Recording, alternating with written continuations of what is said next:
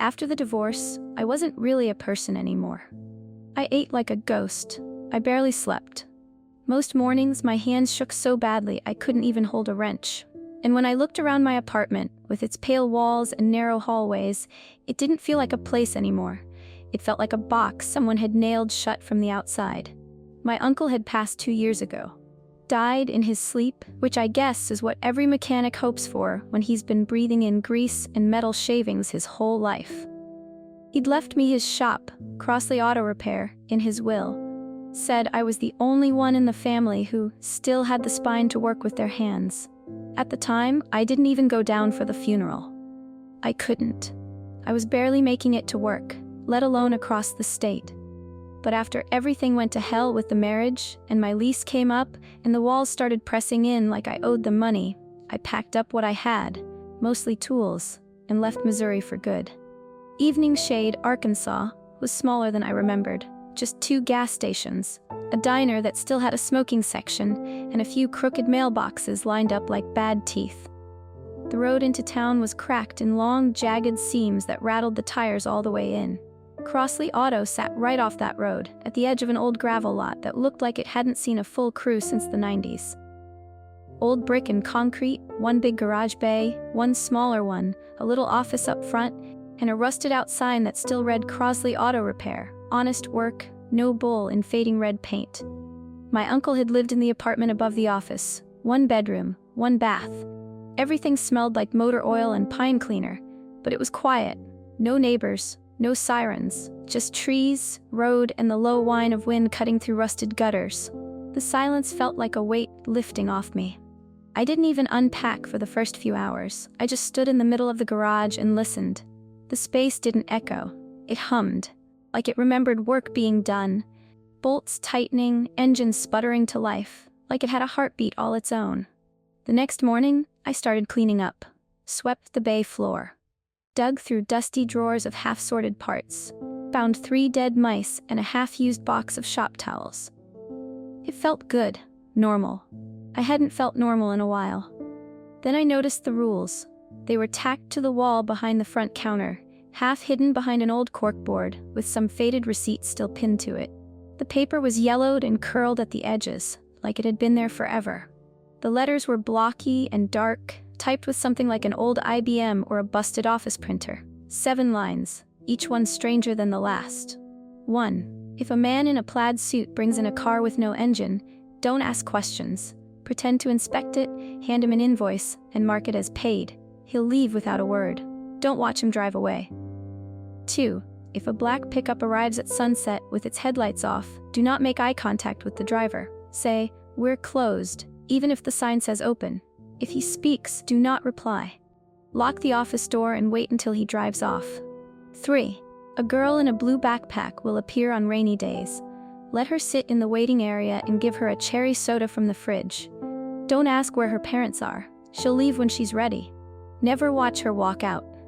4. If you smell cigarette smoke and no one's around, check the break room mirror. If you see a man behind you, leave the garage and wait until the smoke clears. Do not speak. Do not let him see your reflection. 5. If a car with blacked-out windows arrives after midnight, use the key hanging by the fuse box and open the padlocked stall beside the tool shed. Park it there and lock it behind you. Do not open that stall again. 6. If the red-haired woman in the green scarf asks for an oil change, lie. Say you're closing. If she insists, shut down the lights and hide under the front desk until the open sign flickers. Don't look outside until she's gone. 7. On the 7th night, if the lights go out while you're alone, don't run. Don't call for help. Just sit down in the center of the garage, close your eyes, and wait. It won't save you, but running makes it worse. I stood there reading it 3 times in a row. My first thought was that it had to be some kind of inside joke. My uncle always had a dry sense of humor. Maybe it was a prank he played on new hires, though as far as I knew he hadn't had any in years. But I didn't tear it down. I should have. I told myself it was superstition, or just leftover paranoia from too many nights alone. But deep down, I think part of me already believed it. Maybe that's what grief does. It cracks your brain just enough to let the weird stuff in. I left the rules right where they were, and I got back to work. Tomorrow was going to be my first real day in the shop. I figured I'd change the oil in the work truck, run a systems check on the lift, maybe go into town for some parts. I didn't know then that the first customer was already on his way. The next morning started off quiet, which was exactly what I'd wanted. I brewed some burnt gas station coffee upstairs, brought it down in a chipped Crossley mug, and opened the garage doors to let in the cool morning air. The old place creaked a little, stretching like a tired man waking up. I didn't mind. I talked to it while I swept, like you do when you're alone for too long. "Easy now," I said to a loose overhead light. "Not falling on me today." I had plans: clean the gutters, organize the tool wall, maybe take a look at the old Chevy my uncle left rusting behind the tool shed.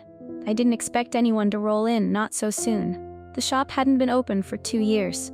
Nobody should have even known I was back. But around 10:15, I heard the crunch of gravel, not the usual kind either. Not like a tired Ford or a clunky sedan limping in for a new belt. This was smooth. Too smooth. Like someone had lifted a car and let it glide across the lot. I stepped outside, squinting into the morning glare. There it was, a Lincoln Continental, spotless silver, parked right in the middle of the lot like it had materialized out of the sun. Not a speck of dust on it. Tires perfect. Windows dark enough to see my own frown looking back. The driver's door opened, and a man stepped out. He was tall, slender, wearing a brown plaid suit like he'd walked out of a department store catalog from the 1970s. The creases were sharp, the buttons gleamed, his shoes looked like they'd never touched dirt. He didn't smile, didn't wave, just nodded once and turned to the car. Rule 1. It hit me all at once, like a wrench to the gut. I remembered the first line. If a man in a plaid suit brings in a car with no engine, don't ask questions. I should have laughed it off. Should have walked back inside and chalked it up to coincidence. But I didn't, because something about that man made the air too thin. He opened the hood before I could offer.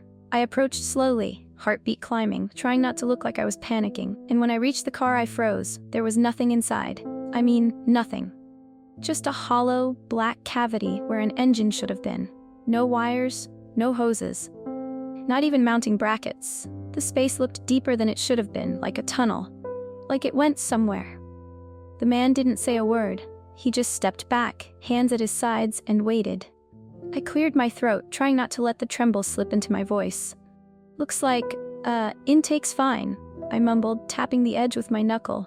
My hand came back cold. I was babbling. He didn't care.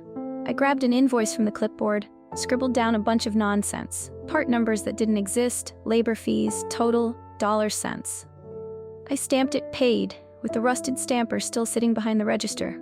I held it out to him. He took it carefully, like it was something valuable, nodded once. Then he walked back around to the driver's seat, closed the door, and sat perfectly still. I remembered the last part of the rule. Don't watch him drive away. So I turned my back. I stared at the vending machine by the front window, counted to 10, then 15. I heard the crunch of gravel again, just once, then nothing. When I looked out, the Lincoln was gone. Not down the road. Not behind the shop.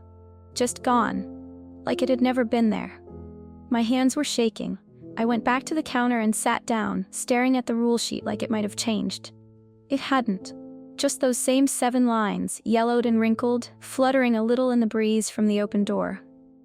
I didn't take lunch that day. I didn't clean the gutters.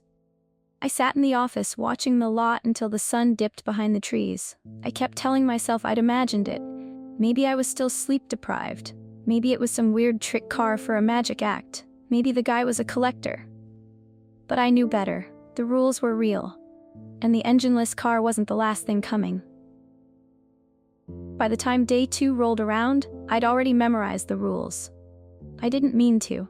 It's just how my brain works. Same way I can remember engine codes or spark plug gaps after glancing at a chart once. Only this time, it wasn't technical. It was survival. I read them that morning, again and again, sipping reheated coffee that tasted like boiled pennies, just waiting for another shoe to drop. The shop stayed empty most of the day. I kept busy rotating tires on an old Corolla someone had left behind, probably my uncle's last customer who never came back for it. It felt normal enough. Grease under my nails, a socket wrench in my palm. The kind of thing that used to feel like control. Around 6:30, I started packing up. Cleaned off the counter. Shut down the diagnostic tablet. I just flipped the sign to closed when I noticed something out of the corner of my eye. Just a dark blur past the bay door. Headlights were off. Engine was off too, far as I could tell. The truck was just sitting there at the edge of the lot like it had glided into place without making a sound. I stepped closer to the garage entrance, wiping my hands on a rag, trying to play it cool. But my stomach was already doing somersaults. Even before I got a good look, I knew what it was. Rule 2. If a black pickup arrives at sunset with its headlights off, it was big, bigger than any standard truck. The cab was too long, and the grille looked wrong, sharp almost, like it had teeth. The paint was pitch black and glossy, not a speck of dust on it, even though the whole lot was covered in a thin coat of dirt. The driver's window rolled down, just a sliver. Enough that I should have seen a face, but I didn't, just a shape inside. Like the silhouette of someone sitting too far back from the wheel. The air felt thick all of a sudden, like it didn't want to move anymore. My mouth went dry. I took a step back, forced my voice out low and steady. "We're closed." That's all the rule said to do. The truck didn't move. The figure inside didn't react. It just sat there like it was waiting for something more. I could feel it, the pressure of being watched. Even without seeing its eyes, I knew it was staring at me. Right through the glass. I thought about saying something else. Maybe come back tomorrow, or sorry, no walk-ins. But the rule was clear, do not reply if he speaks. So I didn't say a word. I turned and walked back to the front office, locking the door behind me with hands that didn't feel like mine. Then I waited. I didn't look outside, just leaned against the wall, counting my breath. Eventually I heard the gravel crunch, slow, heavy. Then silence. When I peeked out, the lot was empty again. I stood there a long time before I exhaled. It felt like I'd been holding my breath since the moment I saw that window roll down. I didn't sleep much that night. Every little sound made me flinch. A wind gust against the gutters nearly sent me diving for the floor. Day 3. It rained. The kind of rain that soaks your socks through your boots. Thunder growled low across the valley, and the old shop windows fogged up from the sudden temperature drop. I kept the garage doors closed, working under the warm hum of the fluorescent lights, just trying to ignore the fact that I hadn't seen a normal customer yet. By mid-morning, the storm was coming down in sheets. I was checking tire pressure on the Corolla again. Just something to do, when I caught movement through the front glass. Not a truck this time. Not a shape in a window. It was a little girl. She couldn't have been more than 8 or 9, soaked to the bone and standing perfectly still just outside the front door. She wore a blue backpack that sagged with water. No umbrella, no coat, just a yellow t-shirt clinging to her shoulders. I knew what this was before I moved. Rule 3. A girl in a blue backpack will appear on rainy days. I opened the door and stepped aside. She walked in without looking at me, without saying a word. Her shoes squeaked on the tile. I pointed to the old metal chair near the vending machine. "You can sit there," I said gently. She nodded once, barely, and sat, legs dangling. The rule said to give her a cherry soda. I had no idea if there even was one, but I opened the mini fridge behind the counter anyway. There it was, only one. Ice cold. Red label.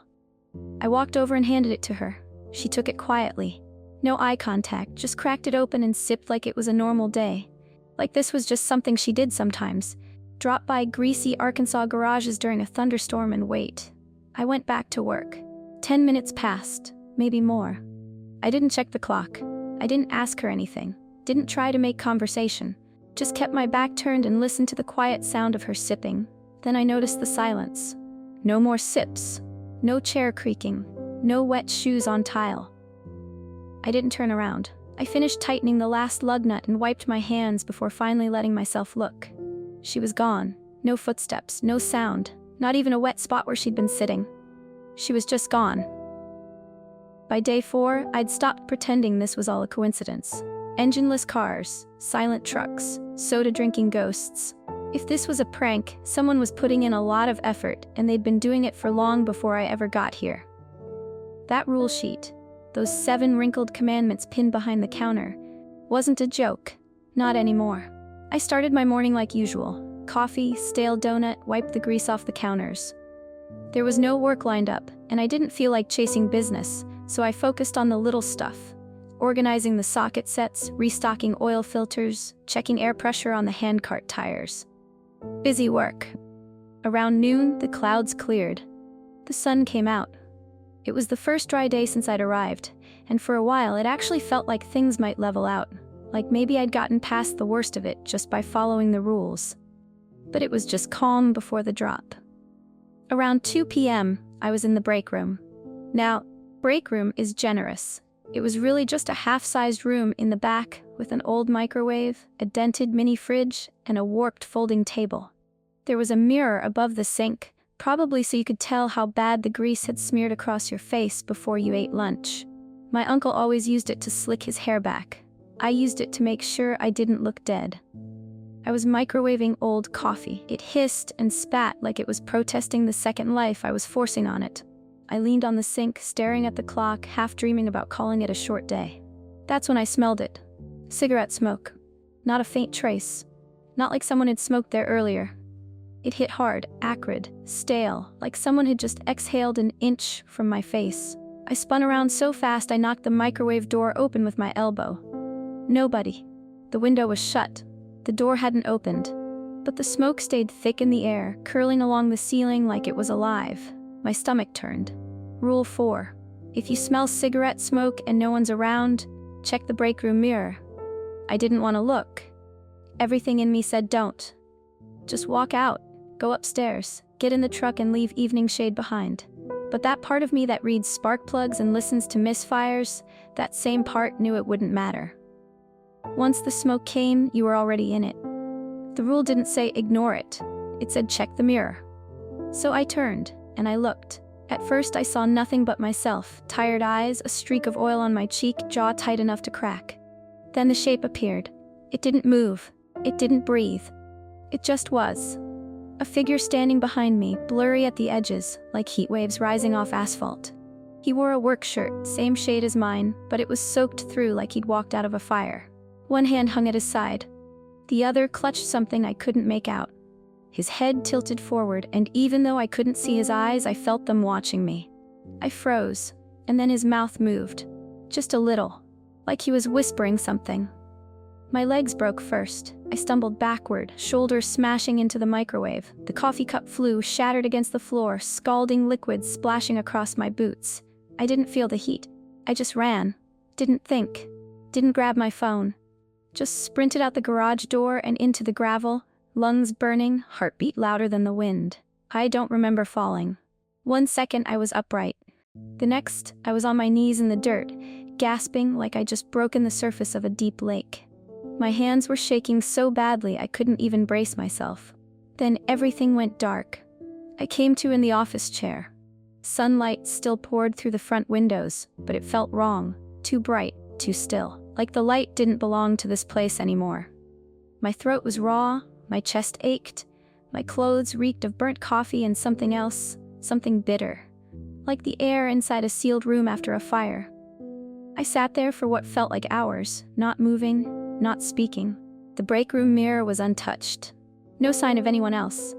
Just the lingering sting of smoke in the air and the way the rules stared at me from the wall like they knew. That night, I didn't sleep. I left the lights on upstairs, kept a wrench under my pillow, and every time the wind brushed the side of the building, I jolted awake like it might be back. The figure, the smoke, the whisper. And somewhere in my gut, I knew I hadn't really escaped. I'd followed the rule, yes, but something had seen me, and it hadn't gone away. After what happened in the break room, I stopped pretending I had a grip on anything. There was no comfort left in routines, no safety in daylight. I still showed up to the garage each morning, still checked the lift, sorted tools, wiped counters, but it wasn't about fixing cars anymore. It was about waiting, watching, hoping the next rule wouldn't be for me. That hope didn't last long. Day 5 started quiet again.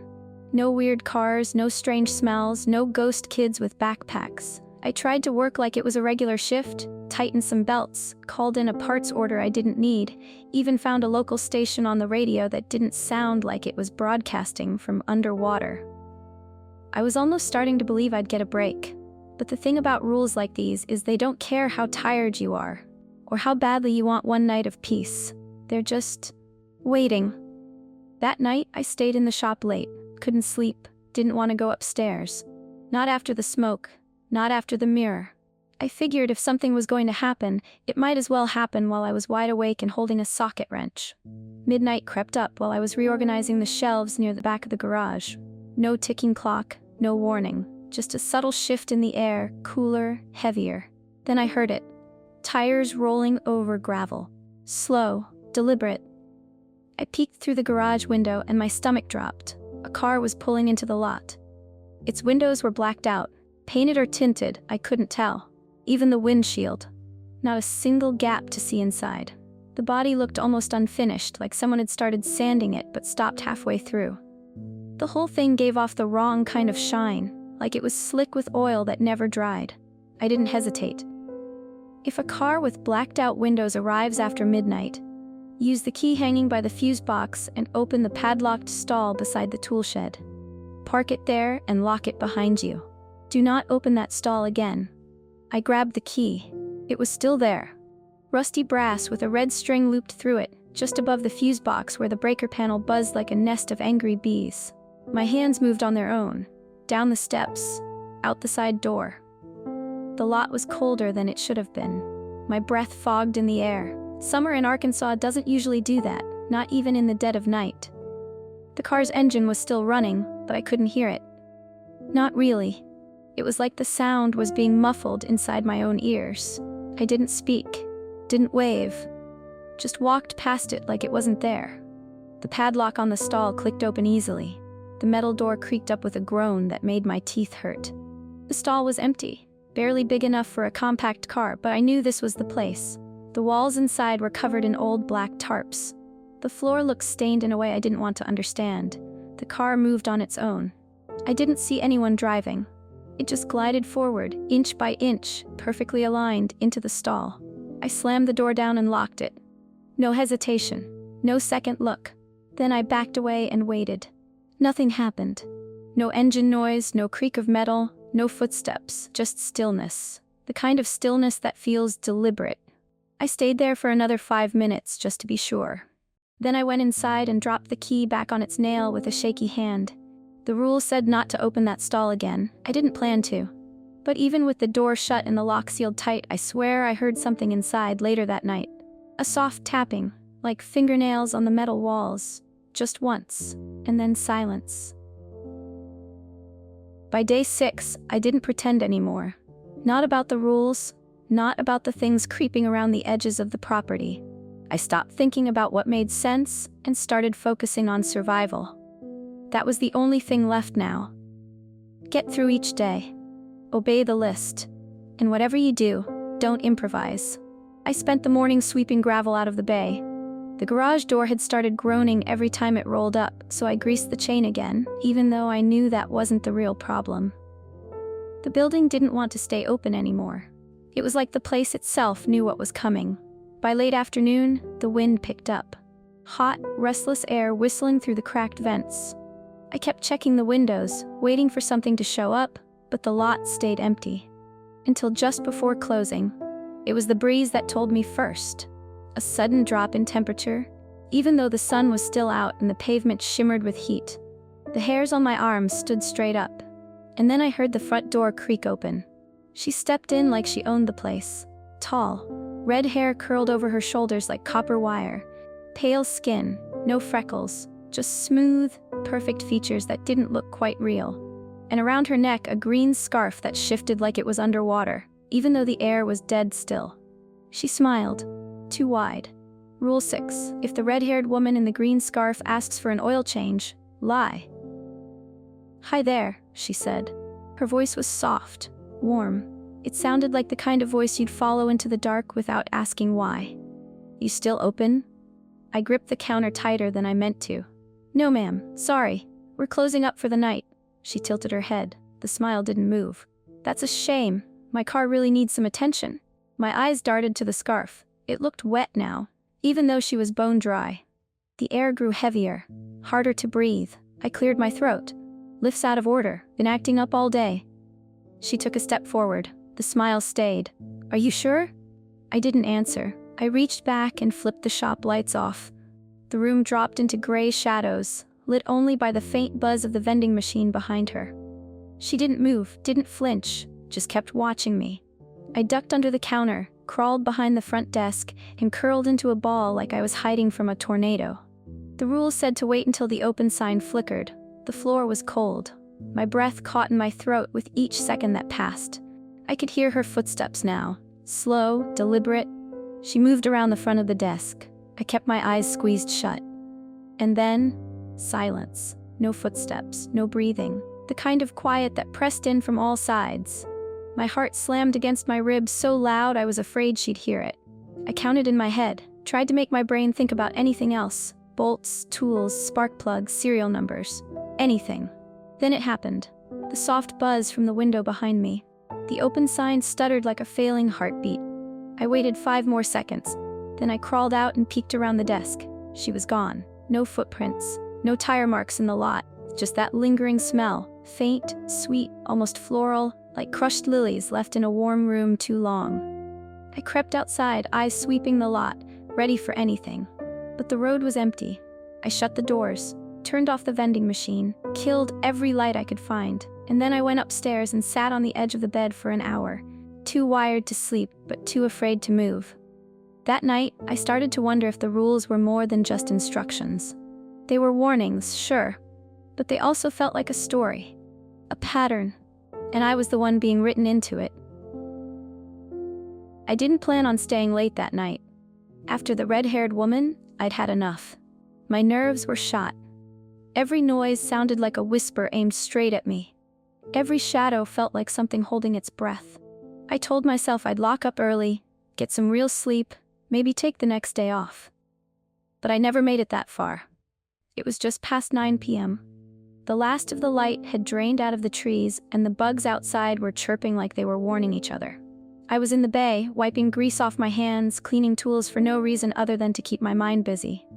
Then the lights went out. Not just flickered, gone. Total black. The fluorescent hum that had been my constant companion since I arrived vanished in an instant. The vending machine cut out. The radio in the office choked mid-song. Even the backup emergency light by the stairs failed to blink on. It wasn't just the power. It was like the entire building had been unplugged from the world. I didn't move. Didn't breathe. Because I knew what this was. Rule 7. On the 7th night, if the lights go out while you're alone, don't run. Don't call for help. Just sit down in the center of the garage, close your eyes, and wait. It won't save you. But running makes it worse. I thought I'd be braver when this moment came. I thought I'd be prepared. But I wasn't. My knees buckled. My mouth went dry.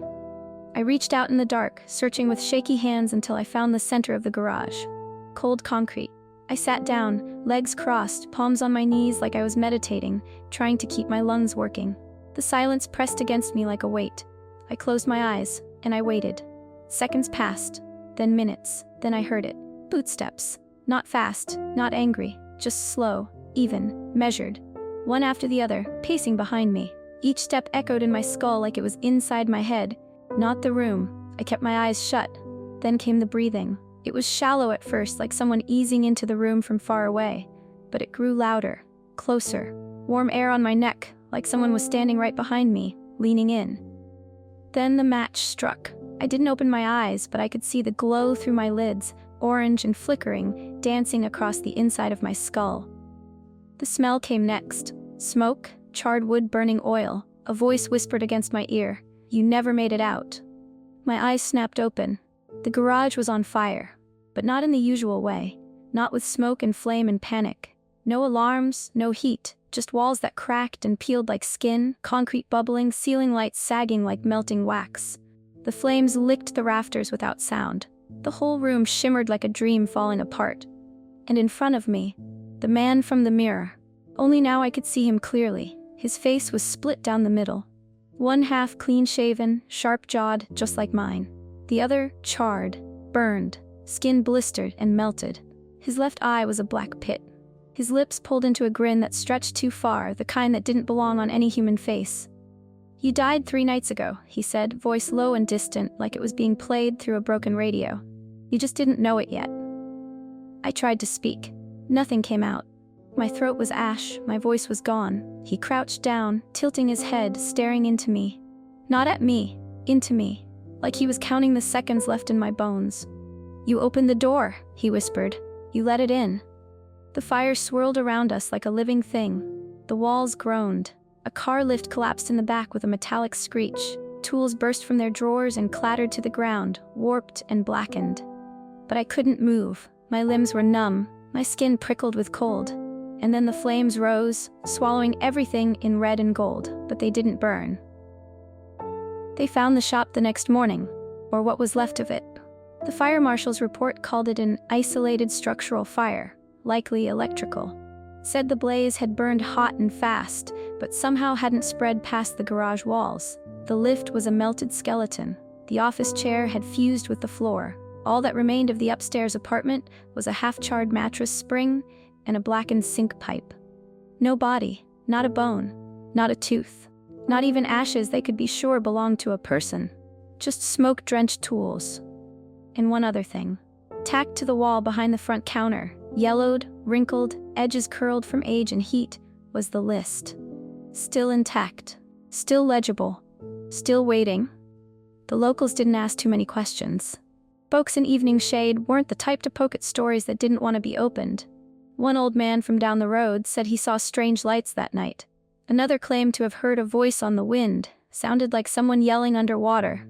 But there was no investigation, no press, just a quiet cleanup and a property sealed with police tape and plywood. Eventually, they stopped talking about it altogether. The shop stayed vacant. Nature began to reclaim it. Ivy climbed the cracked bricks, weeds pushed up through the gravel lot. The air around it grew still, like even the wind didn't want to pass through anymore. But inside, if you were brave or stupid enough to slip through the boards and walk across the scorched floor, you'd still see it. That list. 7 rules. 7 warnings. And above it, written in black permanent marker in a hand no one remembered, were 5 final words. Do not ignore these rules.